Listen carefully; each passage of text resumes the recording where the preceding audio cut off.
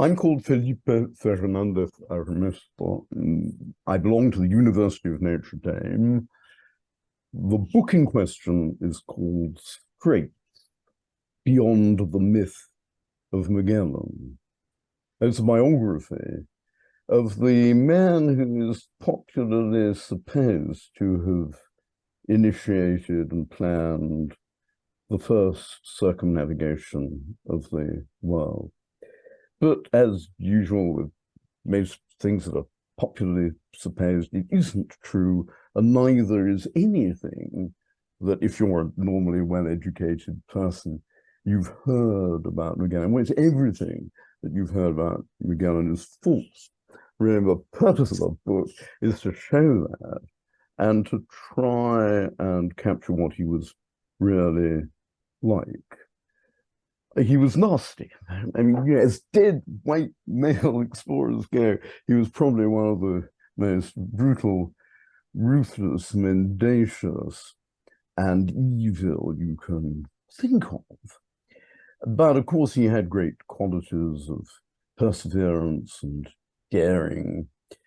To some extent, these were the result of a childhood. He was an orphan. He was brought up at the Portuguese court, where he was a poor boy amongst rich kids, and partly as a result of his childhood reading in romances of adventure. And that was really how he conceived his own life. It was going to be a romance of adventure, and he was going to be the hero.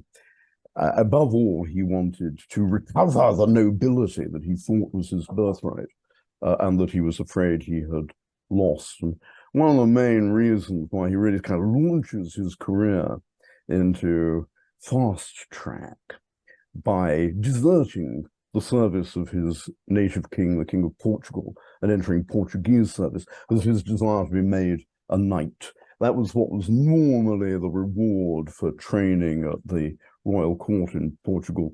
Magellan didn't get it in his native country, but when he goes to Spain, he's treated as a bit of a celebrity. He gets his knighthood, and he's given a commission to go off and find a short route to the Spice Islands, the producers of the most valuable crops in the world, most valuable products in the world in terms of value per unit of bulk.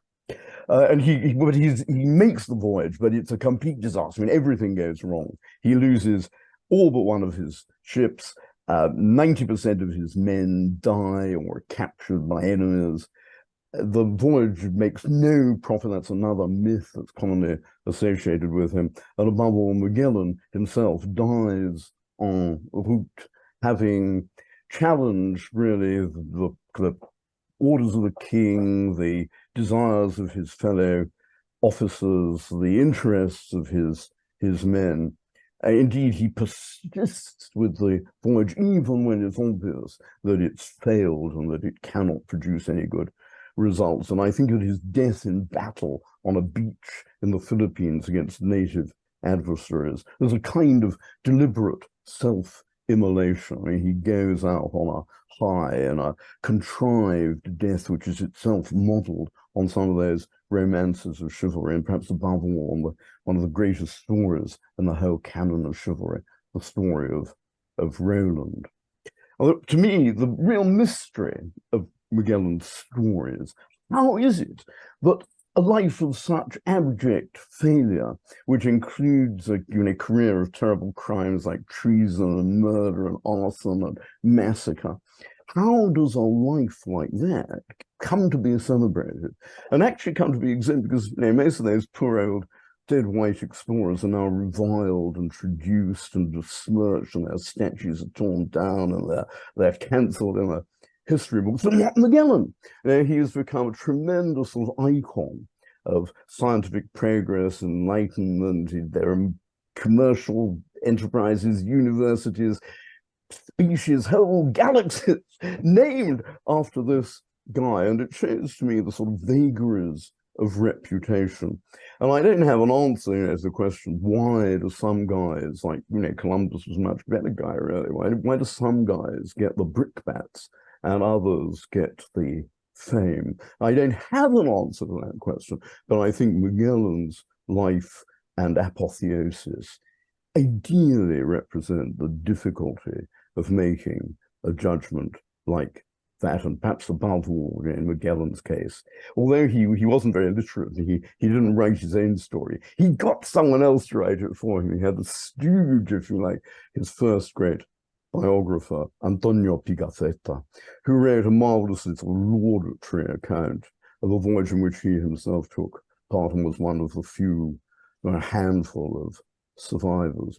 And it was his very appreciative, laudatory write-up of his former master and employer that I think has set the tone for the whole historiographical tradition until now, when I've set out to subvert it.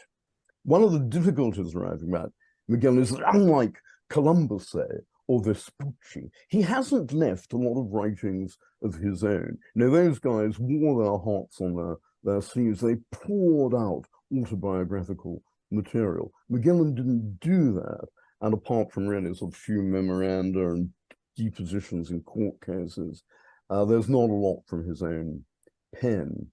What there is, however, is a huge amount of archival material, all of which has been discovered, and much of which has been published.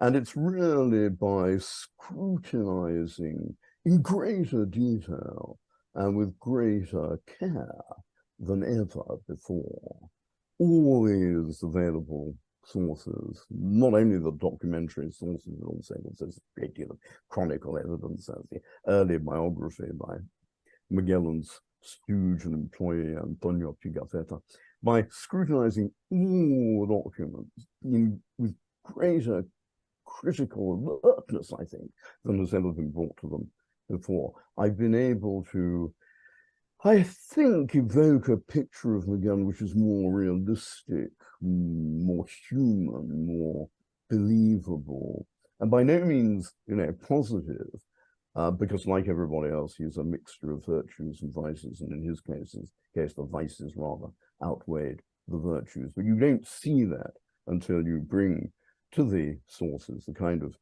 traditional humanistic critical techniques that I've tried to deploy.